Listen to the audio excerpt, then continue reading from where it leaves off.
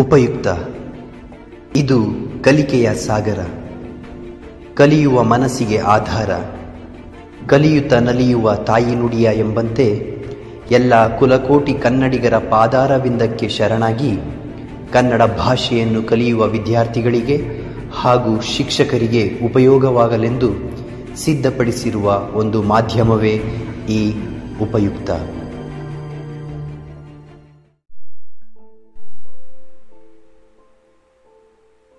ನಾಟಕ ಬೋಳೇಶಂಕರ.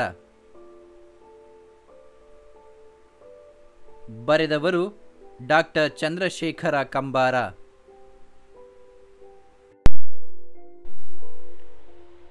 ಸಂದರ್ಭಾನುಸಾರ ವಿವರಿಸಿ.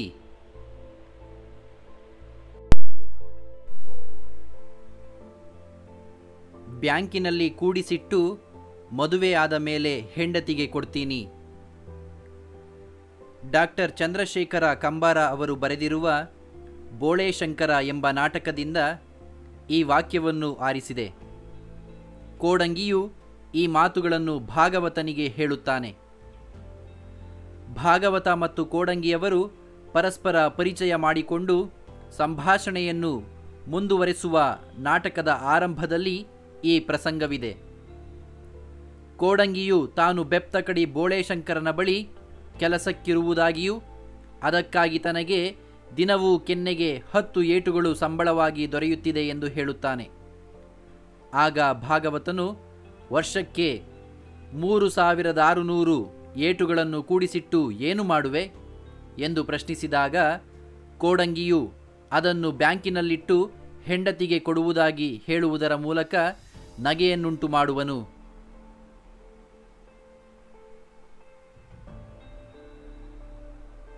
ಇವನಿಗೇನು ಹೆಂಡತೀನೇ ಮಕ್ಕಳೇ? ಡಾಕ್ಟರ್ ಚಂದ್ರಶೇಖರ ಕಂಬಾರ ಅವರು ಬರೆದಿರುವ ಬೋಳೇಶಂಕರ ಎಂಬ ನಾಟಕದಿಂದ ಈ ವಾಕ್ಯವನ್ನು ಆರಿಸಿದೆ. ಬೋಳೇಶಂಕರನ ಒಬ್ಬ ಸೋದರನ ಹೆಸರು ಸರದಾರ. ಸರದಾರನ ಹೆಂಡತಿಯು ಆಸ್ತಿಯನ್ನು ಪಾಲು ಮಾಡಿಕೊಂಡು ಬೋಳೇಶಂಕರನಿಂದ ದೂರವಾಗಿ ಜೀವನ ಮಾಡಲು ಒತ್ತಾಯಿಸಿದಳು.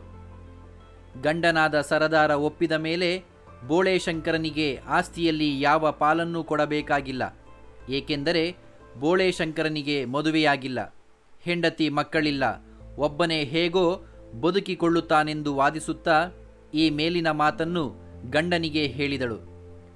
ಸಾಮಾನ್ಯವಾಗಿ ಆಸ್ತಿಯನ್ನು ಪಾಲು ಮಾಡಿಕೊಳ್ಳುವಾಗ ಸೋದರರು, ಸೋದರ ಹೆಂಡತಿಯರು ಪ್ರತಿಯೊಬ್ಬರೂ ಅತ್ಯಂತ ಹೆಚ್ಚಿನ ಪಾಲನ್ನು ಲಪಟಾಯಿಸಲು ಹಂಚಿಕೆ ಹಾಕುವುದು ಸಾಮಾನ್ಯವೇ ಆಗಿದೆ.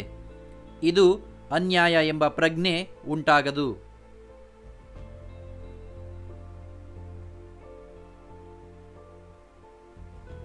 ಕೊಳೆತ ಬಲೆ ಹಾಕಿ ಎಳೆದರೂ ಬರುವಂಥವರು. ಡಾಕ್ಟರ್ ಚಂದ್ರಶೇಖರ ಕಂಬಾರ ಅವರು ರಚಿಸಿರುವ ಬೋಳೇಶಂಕರ ಎಂಬ ನಾಟಕದಿಂದ ಈ ಸಾಲನ್ನು ತೆಗೆದುಕೊಳ್ಳಲಾಗಿದೆ. ಮೊದಲನೆಯ ಪಿಶಾಚಿ ಈ ಮಾತುಗಳನ್ನು ಮುಂದೆ ಹೇಳುತ್ತದೆ. ಸೈತಾನನು 3 ಪಿಶಾಚಿಗಳನ್ನು ಭೂಲೋಕಕ್ಕೆ ಕಳುಹಿಸಿ ಬೋಳೇಶಂಕರ ಹಾಗೂ ಅವನ ಸೋದರರ ನಡುವೆ ಕಲಹ ಹುಟ್ಟಿಸಿ ಎಲ್ಲರನ್ನೂ ನಾಶ ಮಾಡಲು ಕಳುಹಿಸಿಟ್ಟನು. ಬೋಳೇಶಂಕರ ಮುಗ್ಧನಾಗಿದ್ದರೂ, ಲೋಕದ ದೃಷ್ಟಿಯಿಂದ ದಡ್ಡನೆನಿಸಿದರೂ ಪಿಶಾಚಿಗಳ ತಂತ್ರಕ್ಕೆ ಬಲಿಯಾಗಲಿಲ್ಲ. ಆದರೆ ಬೋಳೇಶಂಕರನ ಸೋದರರು ಪಿಶಾಚಿಗಳ ತಂತ್ರಕ್ಕೆ ಬಲಿಯಾದರು. ಬೋಳೇಶಂಕರನ ಸೋದರರ ದೌರ್ಬಲ್ಯದ ಪರಮಾವಧಿಯನ್ನು 1ನೆಯ ಪಿಶಾಚಿಯು ಈ ಮೇಲಿನ ಮಾತುಗಳ ಮೂಲಕ ತಿಳಿಸುತ್ತದೆ. ಕೊಳೆತ ಬಲೆಯನ್ನು ನೀರಿನಲ್ಲಿ ಬೀಸಿ ಎಳೆದಾಗ ಸಾಮಾನ್ಯವಾಗಿ ಬಲೆ ಹರಿಯುತ್ತದೆ. ಆದರೆ ಮೀನುಗಳ ತೂಕ ತೀರಾ ಕಡಿಮೆ ಇದ್ದರೆ 1-2 ಮೀನುಗಳು ಸಿಕ್ಕಿ ಹಾಕಿಕೊಳ್ಳಬಹುದು. ಇದರಂತೆ ಬೋಳೇಶಂಕರನ ಸೋದರರನ್ನು ನಮ್ಮ ವಶಕ್ಕೆ ತೆಗೆದುಕೊಳ್ಳಲು ಕೊಂಚವೂ ಶ್ರಮವಾಗಲಿಲ್ಲವೆಂದು ಪಿಶಾಚಿ ಹೇಳಿಕೆ ನೀಡಿದೆ. ಆಸೆ ಎಂಬ ಪಾಶಕ್ಕೆ ಸಿಲುಕುವ ಮನುಷ್ಯನನ್ನು ಸೋಲಿಸುವುದು ಸುಲಭವೆಂದು ಇದರಿಂದ ತಿಳಿಯುತ್ತದೆ.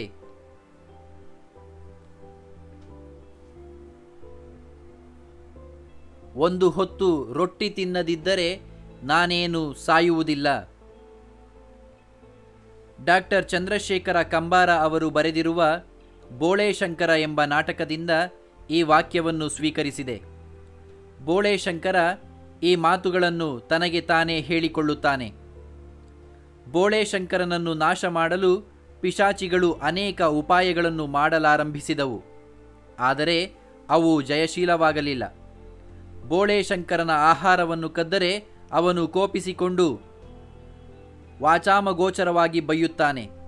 ಆಗ ಅವನ ದುರ್ಬಲ ಮನಸ್ಸಿನ ಮೂಲಕ ಅವನ ಬುದ್ಧಿಯನ್ನು ಪ್ರವೇಶಿಸಲು ಅನುಕೂಲವಾಗುತ್ತದೆ ಎಂದು ಬೋಳೇಶಂಕರನ ರೊಟ್ಟಿಯನ್ನು ಪಿಶಾಚಿ ಕದಿಯಿತು. ಹಸಿದು ಬಂದ ಬೋಳೇಶಂಕರ ತನ್ನ ರೊಟ್ಟಿ ಇಲ್ಲದಿರುವುದನ್ನು ನೋಡಿ, ಯಾರೋ ಹಸಿದವರು ತಿಂದಿದ್ದಾರೆ, ಒಂದು ಹೊತ್ತು ರೊಟ್ಟಿ ತಿನ್ನದಿದ್ದರೆ ನಾನೇನೂ ಸಾಯುವುದಿಲ್ಲ ಎಂದು ಸಮಾಧಾನ ಮಾಡಿಕೊಂಡನೇ ವಿನಃ ಕೋಪಿಸಿಕೊಳ್ಳಲಿಲ್ಲ. ಇದರಿಂದ ಪಿಶಾಚಿಯ ತಂತ್ರ ವಿಫಲಗೊಂಡಿತು.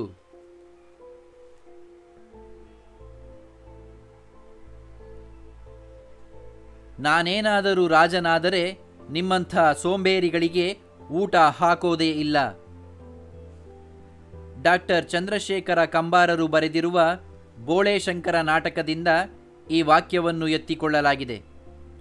ಬೋಳೇಶಂಕರನು ಈ ಮಾತುಗಳನ್ನು ಆಕ್ರೋಶದಿಂದ ಒಂದನೆಯ ಪಿಶಾಚಿಗೆ ಹೇಳುತ್ತಾನೆ. ಬೋಳೇಶಂಕರನನ್ನು ನಾಶ ಮಾಡಲು ಪಿಶಾಚಿಯು ಬೋಳೇಶಂಕರನ ರೊಟ್ಟಿಯನ್ನು ಕದ್ದು ತಿಂದಿತು. ಆದರೆ ಇದರಿಂದ ಬೋಳೇಶಂಕರ ಕೋಪಗೊಳ್ಳಲಿಲ್ಲ. ಆಗ ಪಿಶಾಚಿಯು ಮನುಷ್ಯರ ವೇಷವನ್ನು ಹಾಕಿಕೊಂಡು ಬಂದು ಬೋಳೇಶಂಕರನೊಡನೆ ಸಂಭಾಷಣೆಯನ್ನಾರಂಭಿಸಿತು. 2 ಸೇರಿ 5 ಆಟವನ್ನಾಡಲು ಪಿಶಾಚಿ ಕರೆದಾಗ ಬೋಳೇಶಂಕರ ಅದನ್ನು ಟೀಕಿಸಿದನು. ಪಿಶಾಚಿಯು ತಾನು ಕೇಳಿದಂತೆ ತನಗೆ 5 ರೂಪಾಯಿಗಳನ್ನು ಕೊಡದಿದ್ದರೆ ಹಣವನ್ನು ಕದಿಯುವುದಾಗಿ ಹೇಳಿತು. ಆಗ ಬೋಳೇಶಂಕರ ಕದ್ದರೆ ಕೈ ಮುರಿಯುವುದಾಗಿ ಹೇಳಿದನು. ಆಗ ಪಿಶಾಚಿ ಜೋರು ಮಾಡಿತು. ಬೋಳೇಶಂಕರ ಇನ್ನೂ ಹೆಚ್ಚಾಗಿ ಜೋರು ಮಾಡಿ ತಕ್ಷಣ ತೊಲಗದಿದ್ದರೆ ಕಾಲು ಮುರಿಯುವುದಾಗಿ ಹೇಳುವುದರ ಜೊತೆಗೆ ತನ್ನ ರಾಜ್ಯದಲ್ಲಿ ಸೋಮಾರಿಗಳಿಗೆ ಊಟವನ್ನು ಹಾಕುವುದೇ ಇಲ್ಲ ಎಂದು ಘೋಷಿಸಿದನು.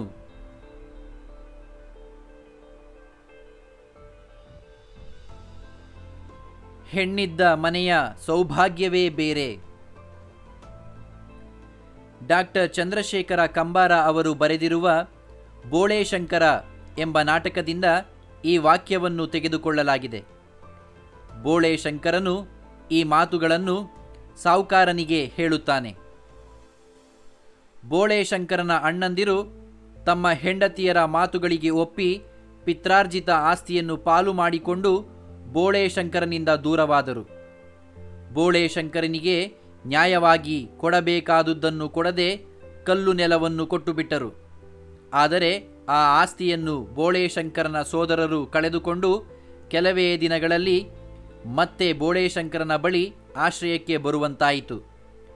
ಆಗ ಬೋಳೇಶಂಕರ ಅವರಿಗೆ ಆಶ್ರಯ ಕೊಡಲೊಪ್ಪಿ ತನ್ನ ಮನೆಯಲ್ಲಿ ಅತ್ತಿಗೆಯರು ಇರುವುದರಿಂದ ಎಲ್ಲ ಸೋದರರು ಒಟ್ಟಿಗೆ ಕುಳಿತು ಊಟ ಮಾಡಬಹುದು, ಮನೆಗೆ ಹೆಣ್ಣು ಭೂಷಣವೆಂದು ಹೇಳುತ್ತಾರೆ ಎಂದು ಹೇಳಿ ಈ ಮೇಲಿನ ಮಾತುಗಳನ್ನಾಡಿದನು. ಆದರೆ ಆ ಹೆಣ್ಣುಗಳು ಅಂದರೆ ಅತ್ತಿಗೆಯರು ರಾಕ್ಷಸಿಯರಾಗಿದ್ದರು. ಇವನ ಆಶ್ರಯದಲ್ಲಿದ್ದರೂ ಇವನಿಗೆ ಮನೆಯೊಳಗೆ ಊಟ ಹಾಕದೆ ದನದ ಕೊಟ್ಟಿಗೆಯಲ್ಲಿ ಊಟ ಮಾಡೆಂದರು.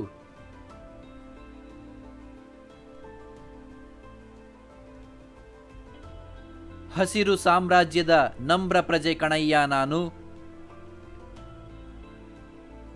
ಡಾಕ್ಟರ್ ಚಂದ್ರಶೇಖರ ಕಂಬಾರ ಅವರು ಬರೆದಿರುವ ಬೋಳೇಶಂಕರ ಎಂಬ ನಾಟಕದಿಂದ ಆರಿಸಲಾಗಿರುವ ಈ ವಾಕ್ಯವನ್ನು ಬೋಳೇಶಂಕರನೇ ಕೋಡಂಗಿಗೆ ಹೇಳುತ್ತಾನೆ. ಬೋಳೇಶಂಕರನಿಗೆ ಆಸ್ತಿಯಲ್ಲಿ ನಾಮ ಹಾಕಿ ದೂರ ಹೋದ ಸೋದರರು ಎಲ್ಲವನ್ನು ಕಳೆದುಕೊಂಡು ಬೋಳೇಶಂಕರನ ಬಳಿ ಆಶ್ರಯಕ್ಕೆ ಬಂದರು. ಬೋಳೇಶಂಕರ ಅಣ್ಣ ಹಾಗೂ ಅತ್ತಿಗೆಯರಿಗೆ ತನ್ನ ಮನೆಯಲ್ಲಿ ಆಶ್ರಯ ಕೊಟ್ಟರೂ ಅವನ ಅತ್ತಿಗೆಯರು ಬೋಳೇಶಂಕರನಿಗೆ ಅವನ ಮನೆಯಲ್ಲಿ ಅವನಿಗೇ ಊಟ ಹಾಕಲಿಲ್ಲ. ದನದ ಕೊಟ್ಟಿಗೆಗೆ ಹೋಗಿ ಊಟ ಮಾಡೆಂದರು. ಅದನ್ನು ಕೋಡಂಗಿ ತೀವ್ರವಾಗಿ ಆಕ್ಷೇಪಿಸಿದನು. ಆಗ ಬೋಳೇಶಂಕರ, ತಾವಿಬ್ಬರೂ ತೋಟಕ್ಕೆ ಹೋಗಿ ಊಟ ಮಾಡೋಣ, ಅಲ್ಲಿ ಹಸಿರಿನ ಸಾಮ್ರಾಜ್ಯವಿದೆ, ಆ ಹಸಿರನ್ನು ನೋಡಿ ಆನಂದಿಸಬೇಕು. ತಾನು ಹಸಿರು ಸಾಮ್ರಾಜ್ಯದ ನಮ್ರ ಪ್ರಜೆ ಎಂದು ಹೇಳುತ್ತಾನೆ.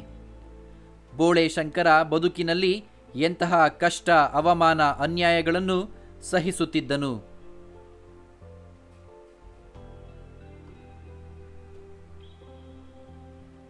ರಾಜಕುಮಾರಿಗೆ ಬಂದಿರೋದು ರಾಜರೋಗ. ಡಾಕ್ಟರ್ ಚಂದ್ರಶೇಖರ ಕಂಬಾರ ಅವರು ಬರೆದಿರುವ ಬೋಳೆ ಶಂಕರ ಎಂಬ ನಾಟಕದಿಂದ ಈ ವಾಕ್ಯವನ್ನು ಆರಿಸಲಾಗಿದೆ. ಇದನ್ನು ಮಂತ್ರಿಯು ರಾಜನೆದುರು ಹೇಳುತ್ತಾನೆ. ರಾಜಕುಮಾರಿಗೆ ಪಿಶಾಚಿಯ ಪ್ರಭಾವದಿಂದ ಹೊಟ್ಟೆ ನೋವುಂಟಾಯಿತು. ಊರಿನ ಯಾವ ವೈದ್ಯರೂ ಹೊಟ್ಟೆ ನೋವನ್ನು ವಾಸಿ ಮಾಡಲಾಗಲಿಲ್ಲ. ಆಗ ರಾಜನು ರಾಜಕುಮಾರಿಯ ಹೊಟ್ಟೆ ನೋವನ್ನು ವಾಸಿ ಮಾಡಿದವರಿಗೆ ಸಂಪೂರ್ಣ ರಾಜ್ಯವನ್ನಿತ್ತು ರಾಜಕುಮಾರಿಯನ್ನು ಕೊಟ್ಟು ಮದುವೆ ಮಾಡುವುದಾಗಿ ಡಂಗೂರ ಹೊಡಿಸಿದರು. ಆಗ ಬೋಳೆ ಶಂಕರ ತಾನು ರಾಜಕುಮಾರಿಯ ರೋಗವನ್ನು ವಾಸಿಪಡಿಸುವುದಾಗಿ ಅರಮನೆಗೆ ಬಂದನು. ಆಗ ಮಂತ್ರಿಯು ಬೋಳೆ ಶಂಕರನ ಇತಿವೃತ್ತವನ್ನು ತಿಳಿದು ಈ ಮೇಲಿನ ಮಾತುಗಳನ್ನು ಹೇಳಿ, ಇಂತಹ ಬೆಪ್ಪು ತಕ್ಕಡಿಗಳು ರಾಜಕುಮಾರಿಯ ರಾಜರೋಗವನ್ನು ವಾಸಿ ಮಾಡಲು ಸಾಧ್ಯವಿಲ್ಲವೆಂದನು. ಆದರೆ ಬೋಳೆ ಶಂಕರನಿಂದಲೇ ರಾಜರೋಗ ವಾಸಿಯಾಯಿತು.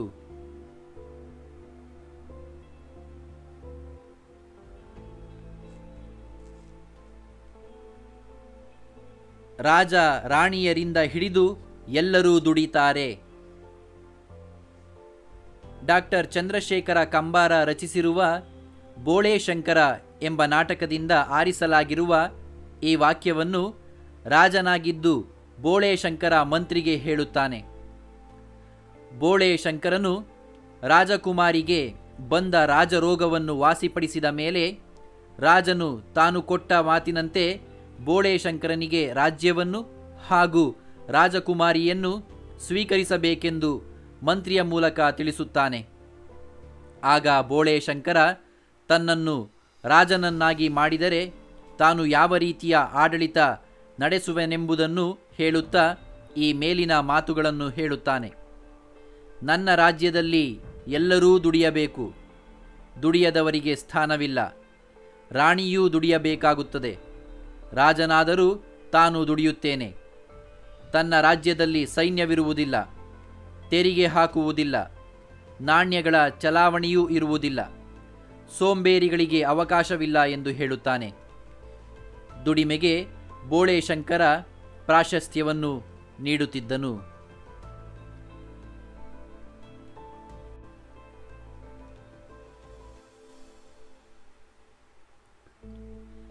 ದಾರಿ ತಪ್ಪಿದವರಿಗೆ ಗಾದೆ ಬಲ್ಲವರು ಬುದ್ಧಿ ಹೇಳುತ್ತಾರೆ.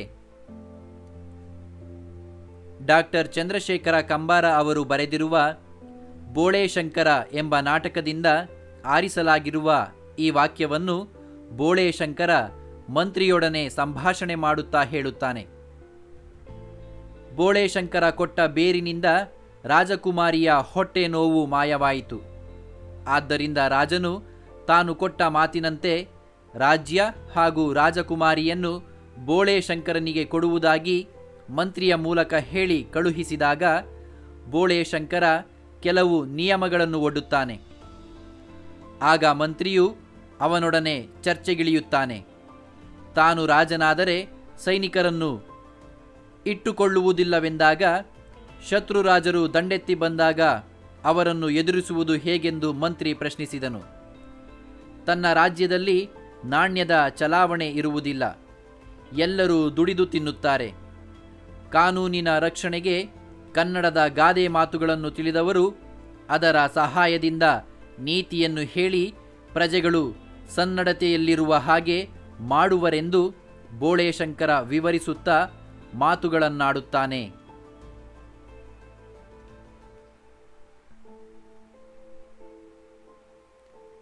ಚಿನ್ನ ತಿಂದು ಬದುಕಲಾಗುತ್ತಾ? ಡಾಕ್ಟರ್ ಚಂದ್ರಶೇಖರ ಕಂಬಾರ ಅವರು ರಚಿಸಿರುವ ಬೋಳೆ ಶಂಕರ ಎಂಬ ನಾಟಕದಿಂದ ಈ ವಾಕ್ಯವನ್ನು ಎತ್ತಿಕೊಳ್ಳಲಾಗಿದೆ. ಬೋಳೆ ಶಂಕರನು ಈ ಮಾತುಗಳನ್ನು ಡಬ್ಬುಗೆ ಹೇಳುತ್ತಾನೆ. ಡಬ್ಬು ಬೋಳೆ ಶಂಕರನ ಬಳಿಗೆ ಬಂದು 1-2 ಚೀಲಗಳ ಧಾನ್ಯದಿಂದ 1-2 ಚೀಲ ಚಿನ್ನದ ನಾಣ್ಯಗಳನ್ನು ತಯಾರಿಸಿಕೊಡಬೇಕೆಂದು ಕೇಳಿಕೊಳ್ಳುತ್ತಾನೆ. ಬೋಳೆ ಶಂಕರ ಒಪ್ಪಿ ಹಂಡೋಲ್, ಬಂಡೋಲ್, ಚಿಗರಿ ಚಿಕಲಕ ಬಕಲಕ ಎಂಬ ಮಂತ್ರವನ್ನು ಹೇಳಿ ಧಾನ್ಯವೆಲ್ಲ ಚಿನ್ನದ ನಾಣ್ಯಗಳಾಗಿ ಪರಿವರ್ತನೆಯಾಗುವ ಹಾಗೆ ಮಾಡಿದನು. ಅದನ್ನು ನೋಡಿ ಡಬ್ಬುಗೆ ಪರಮಾನಂದವಾಯಿತು. ಅವನ ಸಂತೋಷವನ್ನು ಕಂಡ ಬೋಳೇಶಂಕರನು ಆ ಚಿನ್ನದ ನಾಣ್ಯಗಳನ್ನು ಪುನಃ ಧಾನ್ಯವನ್ನಾಗಿ ಬೇಕಾದರೆ ಪರಿವರ್ತಿಸುವುದಾಗಿ ಹೇಳಿದಾಗ, ಬೇಡ ಬೇಡ, ಚಿನ್ನ ಸಾಕೆನ್ನೋದುಂಟೆ ಎಂದನು. ಆಗ ಬೋಳೇಶಂಕರ ಈ ಮೇಲಿನ ಮಾತುಗಳನ್ನು ಹೇಳಿದ್ದಾನೆ. ಇಂದು ಜನರು ಎಲ್ಲ ನೈತಿಕ ಮೌಲ್ಯಗಳನ್ನು ಬದಿಗೊತ್ತಿ ಹಣ ಮಾಡಿಕೊಳ್ಳುತ್ತಿರುವುದನ್ನು ಈ ಪ್ರಸಂಗ ವಿಮರ್ಶಿಸುತ್ತಿದೆ.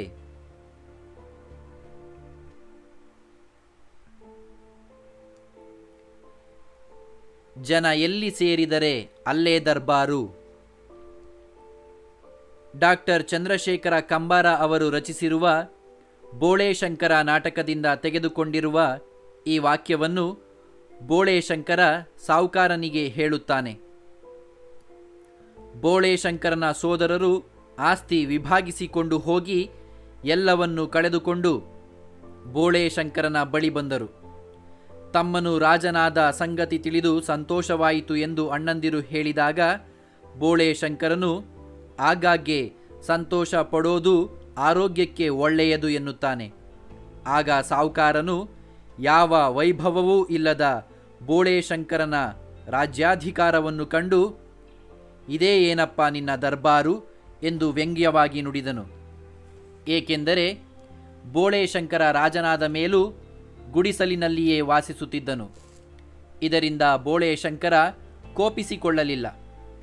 ಎಲ್ಲ ಜನ ಸೇರಿದರೆ ಅಲ್ಲಿಯೇ ರಾಜನ ದರ್ಬಾರು ನಡೆಯುತ್ತದೆ ಎಂದು ಸಮಾಧಾನಕರ ಉತ್ತರ ನೀಡಿದನು. ಬೋಳೇಶಂಕರ ಅತ್ಯಂತ ಸರಳನಾಗಿದ್ದನು, ನಿಗರ್ವಿಯಾಗಿದ್ದನು.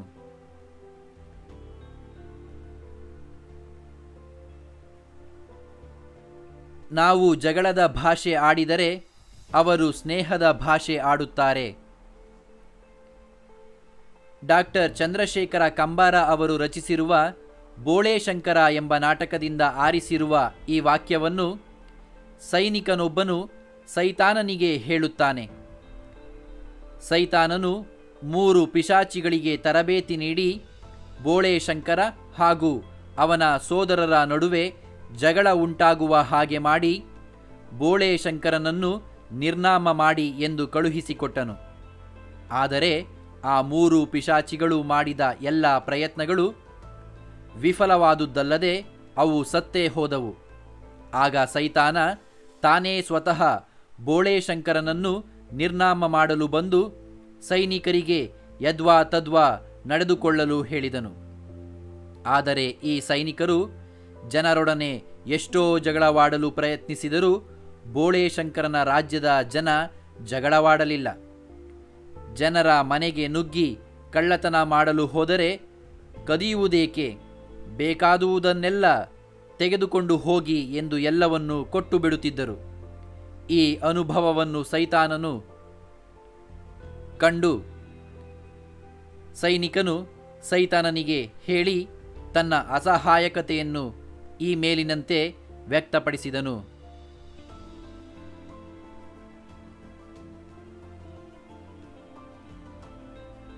ಕೆಲಸ ಮಾಡಿದವರು ಊಟ ಮಾಡಿದ ನಂತರ ಸೋಮಾರಿಗಳ ಊಟ. ಡಾಕ್ಟರ್ ಚಂದ್ರಶೇಖರ ಕಂಬಾರರು ರಚಿಸಿರುವ ಬೋಳೇಶಂಕರ ಎಂಬ ನಾಟಕದಿಂದ ಈ ವಾಕ್ಯವನ್ನು ಸ್ವೀಕರಿಸಿದೆ. ಬೋಳೇಶಂಕರ ಈ ಮಾತುಗಳನ್ನು ಮನುಷ್ಯನ ವೇಷದಲ್ಲಿ ಬಂದ ಸೈತಾನನಿಗೆ ಹೇಳುತ್ತಾನೆ. ಸೈತಾನನು ಊಟ ಬೇಕೆಂದು ಬೋಳೇಶಂಕರನ ಬಳಿ ಬಂದಾಗ ಅವನು ಊಟ ಮಾಡಲು ಹೇಳುತ್ತಾನೆ. ಆದರೆ ಊಟ ಬಡಿಸಲು ಬಂದ ರಾಣಿಯು ಸೈತಾನನ ಅಂಗೈಯನ್ನು ತೋರಿಸಲು ಹೇಳುತ್ತಾಳೆ. ಆ ಅಂಗೈಯನ್ನು ನೋಡಿ ಈತ ಕಷ್ಟಪಟ್ಟು ಕೆಲಸ ಮಾಡಿದವನಲ್ಲವೆಂದು ಗ್ರಹಿಸಿ ಊಟದ ಸಾಲಿನಿಂದ ಎಬ್ಬಿಸಿ, ನಿನ್ನ ಊಟದ ಸರದಿ ಆಮೇಲೆ ಎಂದು ಬಿಡುತ್ತಾಳೆ. ಈ ಮಾತುಗಳನ್ನನುಸರಿಸಿ ಬೋಳೇಶಂಕರನು ಸೈತಾನನಿಗೆ ಈ ಮೇಲಿನ ಮಾತುಗಳನ್ನು ಹೇಳುತ್ತಾನೆ. ಬೋಳೇಶಂಕರನ ರಾಜ್ಯದಲ್ಲಿ ಎಲ್ಲರಿಗೂ ಊಟ ದೊರಕುತ್ತಿತ್ತು. ಆದರೆ ಕೆಲಸ ಮಾಡಿದವರಿಗೆ ಮೊದಲು ಊಟ ದೊರಕುತ್ತಿತ್ತು.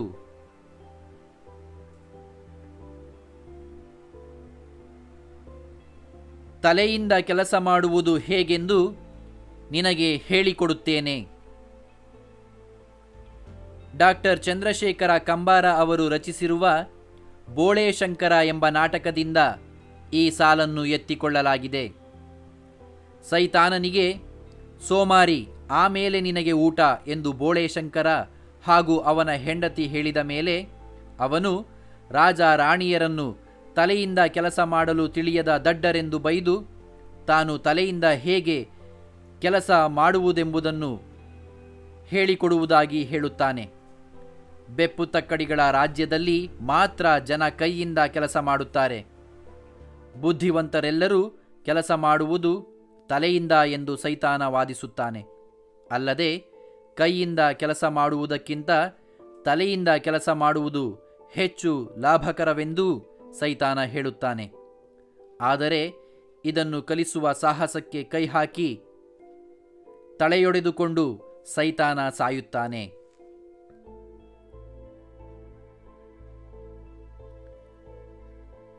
ಬಂಧುಗಳೇ, ಚರಿತ್ರೆ ಮುಂದೆ ಮುಂದೆ ಹೋಗುತ್ತದೆ, ಹಿಂದಲ್ಲ. ಡಾಕ್ಟರ್ ಚಂದ್ರಶೇಖರ ಕಂಬಾರ ಅವರು ಬರೆದಿರುವ ಬೋಳೆ ಶಂಕರ ಎಂಬ ನಾಟಕದಿಂದ ಈ ಸಾಲನ್ನು ಆಯ್ದುಕೊಳ್ಳಲಾಗಿದೆ. ಸೈತಾನನು ಬೋಳೆ ಶಂಕರ ಹಾಗೂ ಅವನ ರಾಜ್ಯದ ಜನರನ್ನು ಬೈಯುತ್ತಾ ಈ ಮೇಲಿನ ಮಾತುಗಳನ್ನು ಹೇಳುತ್ತಾನೆ. ಸೈತಾನನು ಬೋಳೆ ಶಂಕರನ ರಾಜ್ಯದ ಜನರಿಗೆ ತಲೆಯಿಂದ ಹೇಗೆ ಕೆಲಸ ಮಾಡುವುದೆಂಬುದನ್ನು ವಿವರಿಸಿದನು. ಆದರೆ ಆ ವಿಚಾರ ಬೋಳೆ ಶಂಕರನಿಗಾಗಲಿ ಅವನ ರಾಜ್ಯದ ಜನರಿಗಾಗಲಿ ಅರ್ಥವಾಗಲಿಲ್ಲ. ಅವರು ಕೇಳಿದ ಹುಚ್ಚು ಪ್ರಶ್ನೆಗಳಿಂದ ಸೈತಾನನು ಸಹನೆಯನ್ನು ಕಳೆದುಕೊಂಡನು. ಆಗ ಅವನೊಂದು ದೀರ್ಘ ಭಾಷಣವನ್ನು ಮಾಡುವಂತಾಯಿತು. ಪ್ರಾಚೀನ ಕಾಲದಲ್ಲಿ ಜನ ಶ್ರಮವಹಿಸಿ ದುಡಿಯುತ್ತಿದ್ದರು. ನಾಗರಿಕತೆ ಬೆಳೆದಂತೆ ಬುದ್ಧಿಯ ಬಲದಿಂದ ಕೆಲಸವನ್ನು ಸುಲಭವಾಗಿ ಮಾಡುವುದನ್ನು ಮನುಷ್ಯ ಕಲಿತನು. ಚರಿತ್ರೆ ಮುಂದೆ ಹೋಗಬೇಕೇ ವಿನಃ ಹಿಂದೆ ಅಲ್ಲ. ನೀವು ಶ್ರಮದಿಂದ ಕೆಲಸ ಮಾಡಬೇಡಿ, ತಲೆಯಿಂದ ಕೆಲಸ ಮಾಡಿ ಎಂದು ಉಪದೇಶಿಸಿದನು.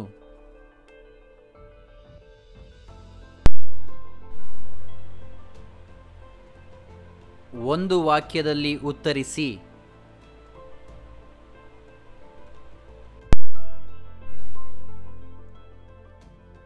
ಬೋಳೆ ಶಂಕರನ ಊರು ಯಾವುದು?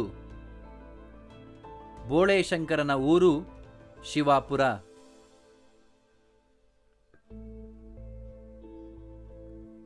ಬೋಳೆ ಶಂಕರನ ಅಣ್ಣ ಅತ್ತಿಗೆಯರಿಗೆ ಉಂಟಾದ ಆಸೆ ಯಾವುದು? ಬೋಳೆ ಶಂಕರನ ಅಣ್ಣ ಹಾಗೂ ಅತ್ತಿಗೆಯರಿಗೆ ಶಿವಾಪುರದ ಬಳಿ ಇದ್ದ ಎತ್ತರವಾದ ಬೆಟ್ಟದ ನೆತ್ತಿಯಿಂದ ಕೆಳಕ್ಕೆ ನೆಗೆಯುವ ಆಸೆ ಉಂಟಾಯಿತು. ಪಿಶಾಚಿಗಳು ಮನುಷ್ಯರನ್ನು ಯಾವುದರ ಮೂಲಕ ಪ್ರವೇಶಿಸುತ್ತವೆ? ಪಿಶಾಚಿಗಳು ಮನುಷ್ಯರನ್ನು ಅವರ ದೌರ್ಬಲ್ಯಗಳ ಮೂಲಕ ಪ್ರವೇಶಿಸುತ್ತವೆ.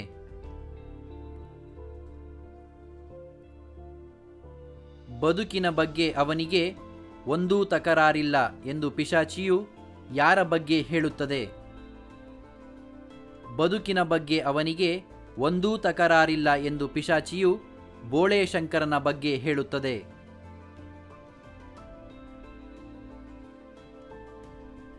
ಪಿಶಾಚಿಗಳು ಯಾರ ಹೆಸರು ಕೇಳಿದರೆ ಹೆದರುತ್ತವೆ? ಪಿಶಾಚಿಗಳು ಶಿವನ ಹೆಸರನ್ನು ಕೇಳಿದರೆ ಹೆದರುತ್ತವೆ.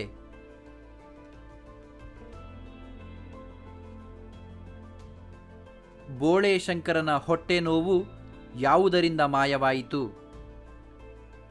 ಬೋಳೆ ಶಂಕರನ ಹೊಟ್ಟೆ ನೋವು ಬೇರನ್ನು ತಿನ್ನುವುದರಿಂದ ಮಾಯವಾಯಿತು.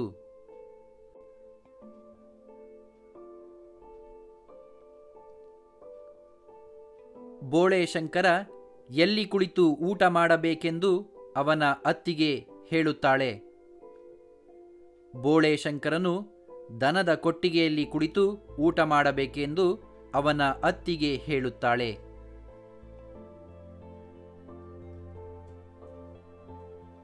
ಬೋಳೆಶಂಕರನಿಂದ ಬೇರು ಕಿತ್ತುಕೊಳ್ಳಲು ಪಿಶಾಚಿ ಯಾವ ವೇಷದಲ್ಲಿ ಬರುತ್ತದೆ?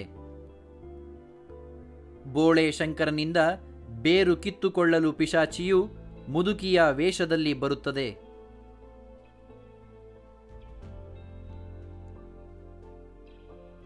ರಾಜಕುಮಾರಿಗೆ ಬಂದ ರೋಗ ಯಾವುದು?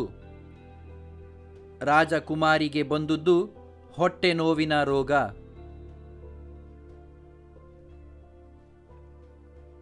ಹುಡುಗಿಯರ ಹಾಡಿಗೆ ಬೋಳೆಶಂಕರ ಬಹುಮಾನವಾಗಿ ಏನನ್ನು ಕೊಡುವನು?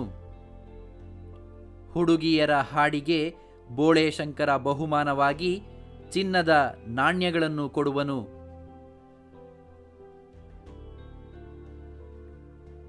ಸೈನಿಕರು ಯಾವುದಕ್ಕೆ ಜಯವಾಗಲಿ ಎಂದು ಹಾಡಿದರು?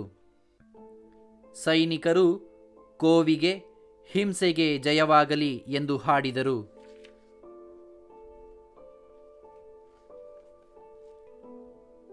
ಕತ್ತಲೆಯ ನಿಜ ಜನಕನು ಯಾರು? ಸರ್ವರ ಕೆಡುಕಿನ ಒಡೆಯನಾದ ಸೈತಾನನೇ ಕತ್ತಲೆಯ ನಿಜ ಜನಕ.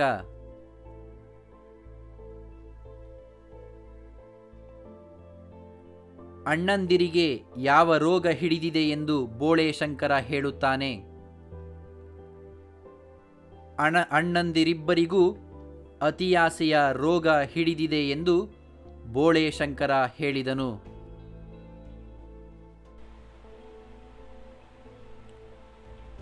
ಎರಡು ಅಥವಾ ಮೂರು ವಾಕ್ಯಗಳಲ್ಲಿ ಉತ್ತರಿಸಿರಿ.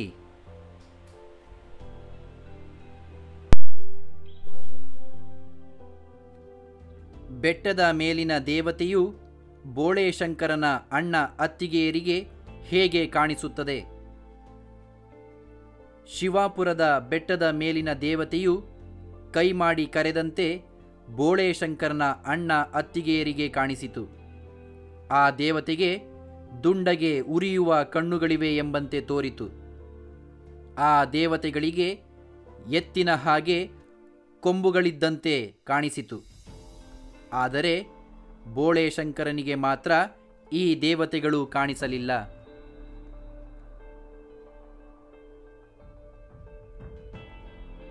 ಸಾವ್ಕಾರಣ್ಣನು ತನ್ನ ಸೋದರರಿಗೆ ಆಸ್ತಿಯನ್ನು ಹೇಗೆ ಹಂಚಿದ? ಸಾವ್ಕಾರಣ್ಣನು ದುಡ್ಡಿರೋ ಪೆಟ್ಟಿಗೆ ಹಾಗೂ ಆಭರಣಗಳನ್ನು ತಾನಿಟ್ಟುಕೊಂಡನು. ಒಳ್ಳೆಯ ಗದ್ದೆ, ತೋಟ, ಹೊಲಗಳನ್ನು ತನ್ನ ಮತ್ತೊಬ್ಬ ಸೋದರನಾದ ಸರದಾರನಿಗೆ ಹಂಚಿಕೊಟ್ಟನು. ನದಿಯ ಹತ್ತಿರವಿದ್ದ ಕಲ್ಲು ಮೊರಡಿಯನ್ನು, ಯಾವುದೇ ಬೆಳೆಯನ್ನು ಬೆಳೆಯಲಾಗದ ಜಾಗವನ್ನು ಬೋಳೆಶಂಕರನಿಗೆ ಹಂಚಿಕೆ ಮಾಡಿಕೊಟ್ಟನು.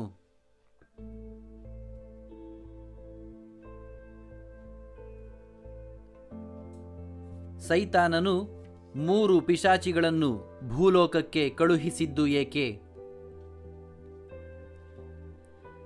ಸೈತಾನನು ಬೋಳೆಶಂಕರ ಹಾಗೂ ಅವನ ಸೋದರರ ನಡುವೆ ವಿರಸವನ್ನು ಹುಟ್ಟಿಸಿ ಪರಸ್ಪರ ಜಗಳವಾಡುವ ಹಾಗೆ ಮಾಡಿ ಮೂವರನ್ನು ನರಕಲೋಕ ಸೇರುವ ಹಾಗೆ ಮಾಡುವ ಉದ್ದೇಶದಿಂದ 3 ಪಿಶಾಚಿಗಳನ್ನು ಭೂಲೋಕಕ್ಕೆ ಕಳುಹಿಸಿಕೊಟ್ಟನು.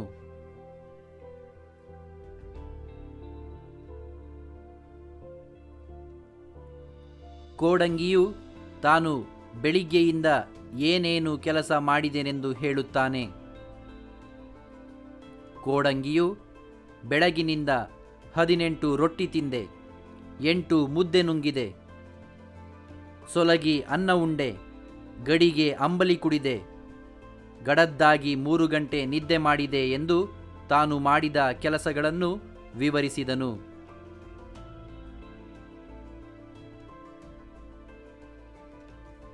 ರಾಜಕುಮಾರಿಯ ಹೊಟ್ಟೆ ನೋವು ವಾಸಿ ಮಾಡುವವರಿಗೆ ಏನೇನು ಬಹುಮಾನ ಕೊಡುವುದಾಗಿ ಡಂಗೂರ ಸಾರಿಸುತ್ತಾರೆ. ಅನೇಕ ವೈದ್ಯರು ರಾಜಕುಮಾರಿಯ ಹೊಟ್ಟೆಯ ನೋವನ್ನು ವಾಸಿಪಡಿಸಲು ಯತ್ನಿಸಿ ವಿಫಲರಾಗಿ ರಾಜಕುಮಾರಿಯ ಹೊಟ್ಟೆ ನೋವು ವಾಸಿ ಮಾಡಿಸುವವರಿಗೆ ಇಡೀ ರಾಜ್ಯವನ್ನು ಕೊಡುವುದರ ಜೊತೆಗೆ ರಾಜಕುಮಾರಿಯನ್ನು ಕೊಟ್ಟು ಮದುವೆ ಮಾಡುವುದಾಗಿ ರಾಜನು ಡಂಗೂರ ಸಾರಿಸುತ್ತಾರೆ.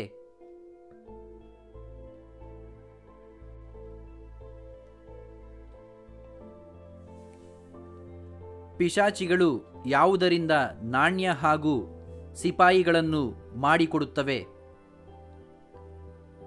ಪಿಶಾಚಿಗಳು ಧಾನ್ಯದಿಂದ ಚಿನ್ನದ ನಾಣ್ಯಗಳನ್ನು ಹಾಗೂ ಹುಲ್ಲಿನಿಂದ ಸಿಪಾಯಿಗಳನ್ನು ಮಾಡಿಕೊಡುವ ವಿದ್ಯೆಯನ್ನು ಬೋಳೆ ಶಂಕರನಿಗೆ ಕಲಿಸಿಕೊಡುತ್ತವೆ.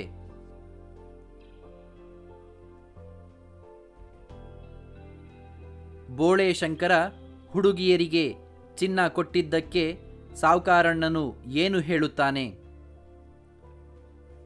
ಸಾವುಕಾರಣ್ಣನು ಬೇಜವಾಬ್ದಾರಿ ಹುಡುಗಿಯರಿಗೆ ಆಡೋ ಮಕ್ಕಳಿಗೆ ಚಿನ್ನದ ನಾಣ್ಯ ಕೊಟ್ಟಿದ್ದು ಸರಿಯಲ್ಲವೆಂದನು.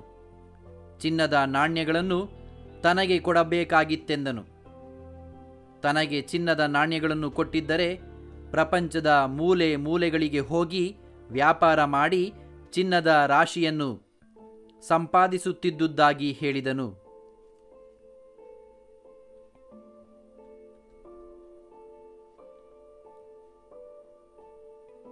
ಸೈತಾನನ ಆಗಮನವನ್ನು ಭಾಗವತ ಹೇಗೆ ತಿಳಿಸಿದ್ದಾನೆ? ಸೈತಾನನ ಆಗಮನವನ್ನು ಸೈತಾನನು ಸರ್ವ ರೀತಿಗಳ ಕೆಡುಕಿನ ಒಡೆಯನಾಗಿದ್ದಾನೆ. ಅವನು ಗಹಗಹಿಸಿ ಬರುವುದರಿಂದ ಅವನ ಹಲ್ಲುಗಳ ಪ್ರದರ್ಶನವಾಗುತ್ತದೆ. ಅವನು ಬಂದರೆ ಎಲ್ಲರ ಮನಸ್ಸುಗಳು ಶಾಂತಿಯನ್ನು ಕಳೆದುಕೊಂಡು ನರಕದ ಅನುಭವವನ್ನು ಅನುಭವಿಸುವಂತಾಗುತ್ತದೆ. ಅವನು ಮಹಾ ಅಜ್ಞಾನಿ ಆದ್ದರಿಂದ ಇತರರಲ್ಲಿರುವ ಜ್ಞಾನದ ಬೆಳಕನ್ನು ಓಡಿಸಿ ಅಜ್ಞಾನವೆಂಬ ಕತ್ತಲೆಯನ್ನು ಆವರಿಸುವ ಹಾಗೆ ಮಾಡುವನೆಂದು ಭಾಗವತ ತಿಳಿಸಿದನು.